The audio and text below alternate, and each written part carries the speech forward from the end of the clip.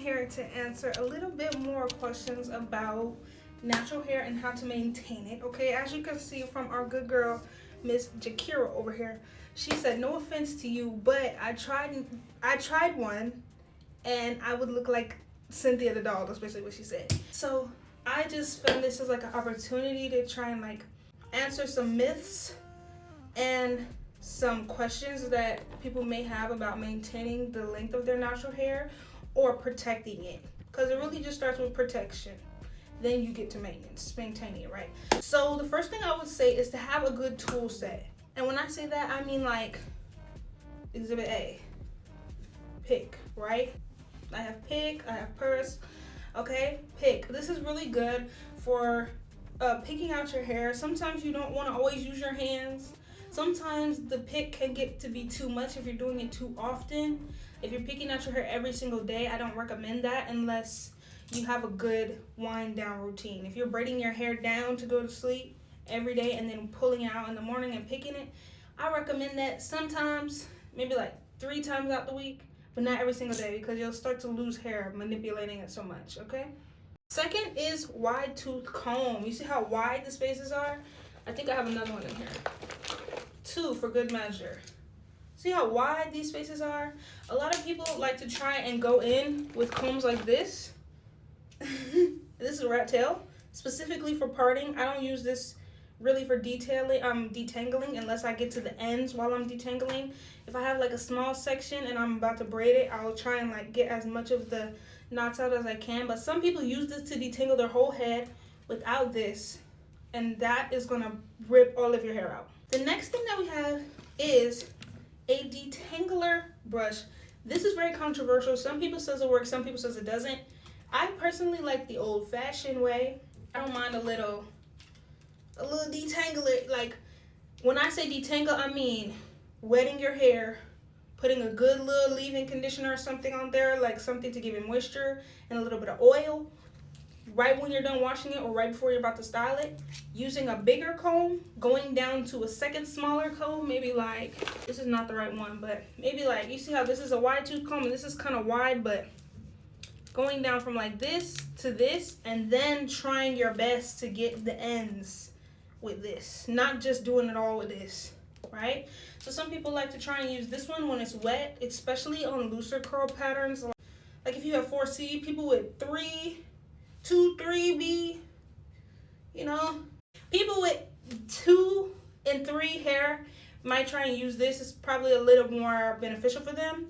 I only use this when my hair is in small sections, and if I'm just trying to do like a cute little leave out something for like curl definition without having to go and curl every single one. Now I know I was talking about moisture before. Moisture is a big, huge, gigantic part of protecting your hair, retaining its length, and keeping it from being like dry and brittle and from it falling out, because it being dry and brittle, it's more likely to fall out.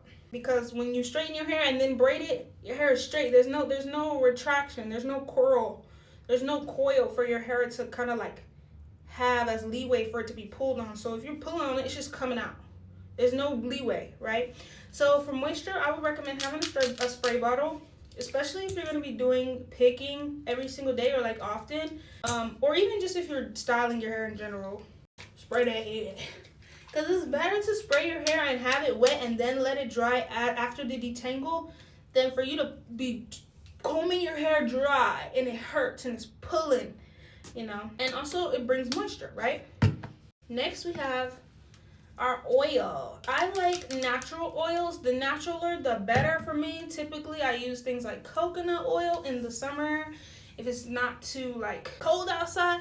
But when it gets cold, you gotta start adding layers, right? Like even my lips right now, hyperpigmentation. Why? I just got my chapstick. I'm just getting it together with the hydration, right? With the layer, something to protect it. So with oil, it kind of just locks in the moisture. This is Jamaican mango and lime. I got this a while ago for my braids because I was noticing that after I do my hair will be so like itchy, and I'm like, oh, my hair's growing. Like, you know, another myth. People say when your hair is itching, it's growing. Sometimes that's true, but most of the time your hair is just dry. Most of the time your hair is dry and it's lacking something to lock in the moisture. And speaking of locking in moisture, we have our last and final product. This right here, Lifesaver. I was in Walmart in Houston last year, and auntie, I was in the store talking to some random auntie. She came in clutch. I wish I still like had a picture of her or something, or could pull up her Insta. But she pulled me into this blueberry bliss. It smells like, I wish y'all could smell it. This is not, I'm not promoting any of these. This is just literally what I use. So what I ended up doing was, my best friend's mom, my aunt, came into town, right?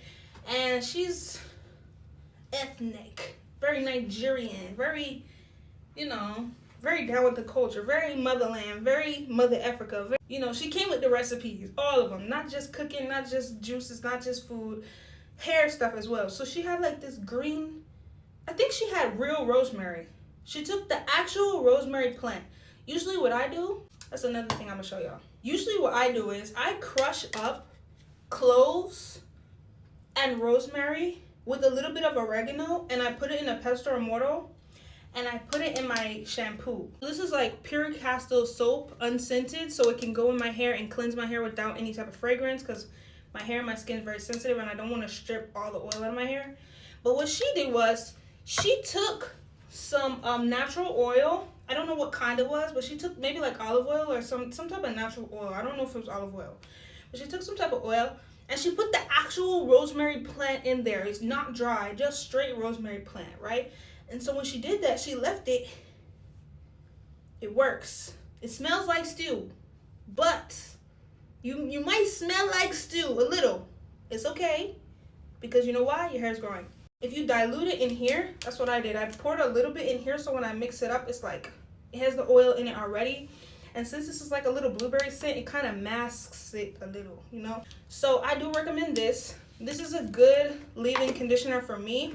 It's twist and shout cream, so when you're like twisting your hair, or right before I do styles, I put this in to leave like a little moisture.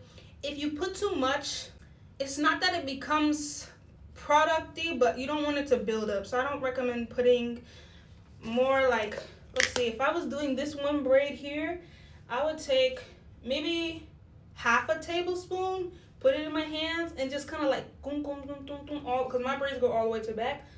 I'd pull it and just like make sure to work it inside. Yeah. Before I be done, I'd spray it with water. I'd probably wet my hair in the shower first. That's the best thing you could do.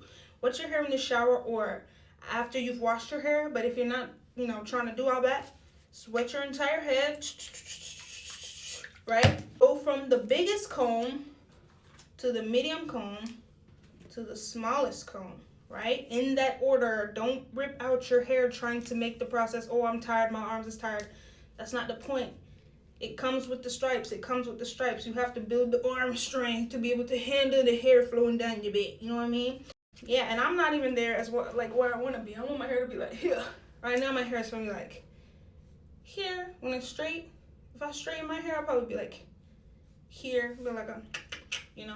Don't forget to detangle correct. Don't forget to add a little bit of leave-in, something that will moisturize and nourish your hair days after, not just water. Water evaporates.